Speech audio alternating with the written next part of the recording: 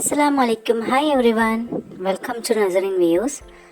இன்றைக்கி நம்ம வீடியோவில் ஒரு அருமையான சிம்பிளான மெத்தடில் ஒரு சிக்கன் பிரியாணி தாங்க பார்க்க போகிறோம்.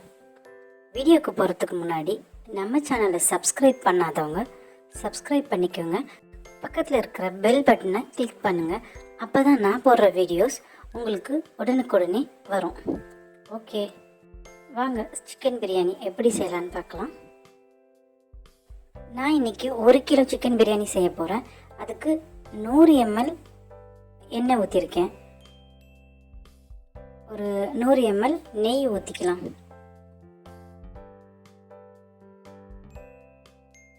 ரெண்டு பட்டை,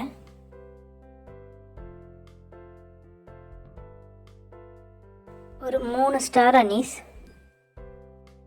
ஜாதிபத்திரி ஒரு சின்ன சைஸ், ஒரு 6 ஏலக்காய், ஒரு 6 கிராம்பு போட்டுக்குங்க.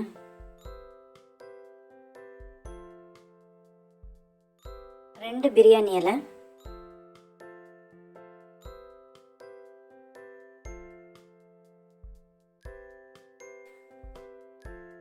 வெங்காயம் சேர்த்துக்கலாம். இன்றைக்கி நான் 1 கிலோ பாஸ்மதி ரைஸ்க்கு 250 கிராம் அளவு வெங்காயம் சேர்த்துருக்கேன். வெங்காயத்தை நல்லா ப்ரௌன் ஆகிற வரைக்கும் நல்லா வதக்கிக்கிங்க.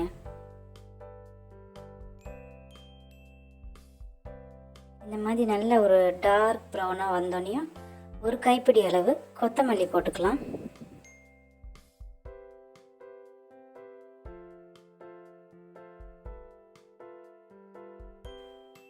இப்போ ஒரு 2 டீஸ்பூன் அளவு நான் மிளகாத்தூள் போட்டிருக்கேங்க. நீங்கள் டேபிள் ஸ்பூன் போடுறதா இருந்தால் 1 போட்டுக்கோங்க. டீஸ்பூன்னால் ஒரு 2 டீஸ்பூன் போட்டிருக்கேன். அடுத்து ஒரு 2 ஸ்பூன் இஞ்சி பூண்டு அரைச்சதை சேர்த்துக்கலாம்.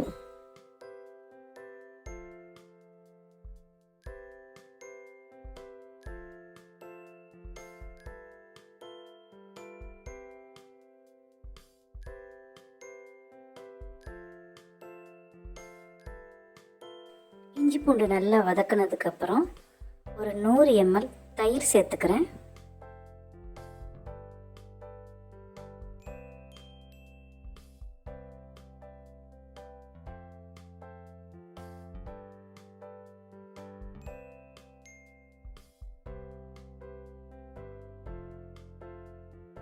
இப்போ ஒரு கைப்பிடி அளவு புதினாவை சேர்த்துக்கலாம்.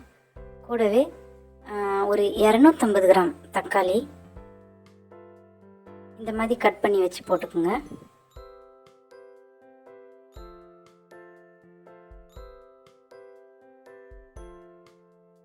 ஒரு 10 மிளகாய், உங்களுக்கு காரம் எவ்வளோ தேவையோ நீங்கள் போட்டுக்கலாம். நான் இன்றைக்கி ஒரு 10 மிளகாய் சேர்த்துருக்கேன்.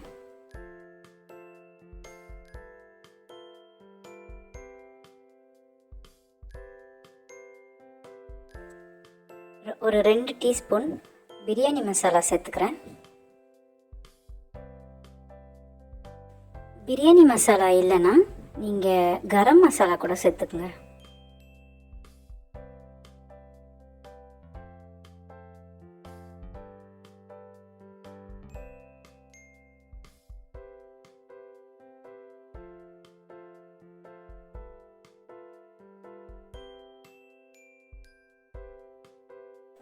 தேவையான அளவு உப்பு சேர்த்துக்கலாம். நீங்கள் காரம் அதிகமாக போட்டால் கொஞ்சம் எக்ஸ்ட்ரா உப்பு சேர்த்துக்குங்க. அப்போ தான் நமக்கு கடைசியில் பிரியாணி சாப்பிடும் போது அந்த காரமும் உப்பு சேர்ந்து கொஞ்சம் நல்லா இருக்கும்.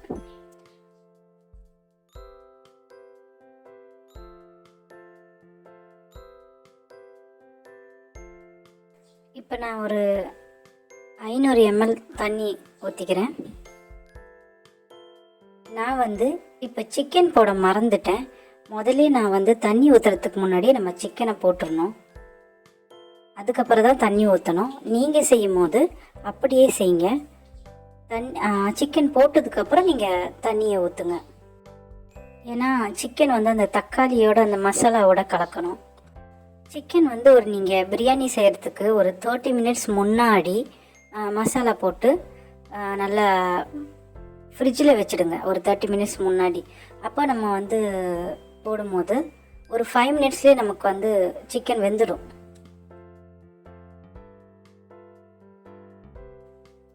இப்போ சிக்கன் நல்லா வெந்துடுச்சு.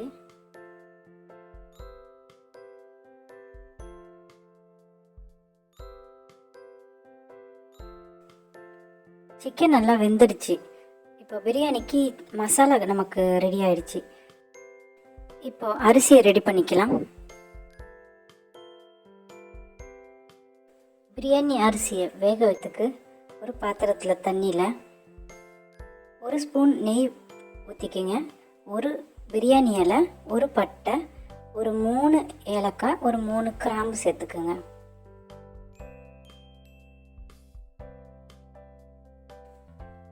அரிசியை சேர்த்துக்கலாம்.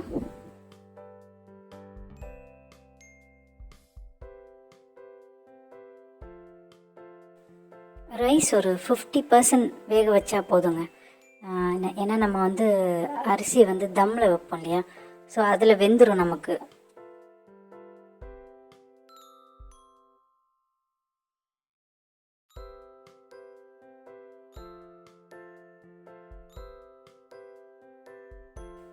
அரிசி நல்லா ஒரு 50% வெந்திருக்கு. இப்போ நம்ம அந்த செஞ்சு வச்ச சிக்கன் மசாலாவில் அரிசியை போட்டுருவோம். மேலே நல்லா அரிசியை போட்டுட்டு இந்த மாதிரி கேசரி கலர் ஊற்றிடுங்க. கொஞ்சம் கொஞ்சம் நெய் ஊற்றிக்கிங்க. அப்புறம் நல்லா மூடி வச்சுட்டு ஒரு நல்ல வெயிட் ஏதாவது ஒரு ஒரு பானையில் தண்ணியோ இல்லை இந்த மாதிரி ஒரு வெயிட்டான இதை மேலே வச்சுடுங்க. ஒரு 10 மினிட்ஸ் தம்மில் இருக்கட்டும். லோ ஃப்ளேம்லேயே வச்சுடுங்க.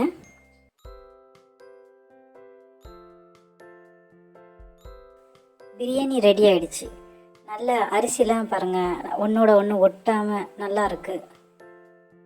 இந்த பிரியாணி கூட எண்ணெய் கத்திரிக்காயோட சிக்கன் 65யும் சேர்த்து நம்ம சுட சுட சாப்பிடும்போது ரொம்ப டேஸ்ட்டாக இருக்குங்க. பிரியாணி ரொம்ப அருமையாக வந்திருக்குங்க. நீங்களும் இந்த மாதிரி செஞ்சு பாருங்கள். இது ரொம்ப சிம்பிளாக நான் செஞ்சுருக்கேன். என்னோடய வீடியோ உங்களுக்கு பிடிச்சிருக்குன்னு நினைக்கிறேன். எனக்கு சப்போர்ட் பண்ணுங்கள். என்னோடய சேனலை சப்ஸ்கிரைப் பண்ணுங்கள். ஓகே, நெக்ஸ்ட் வீடியோவில் நான் உங்களை சந்திக்கிறேன். பாய்.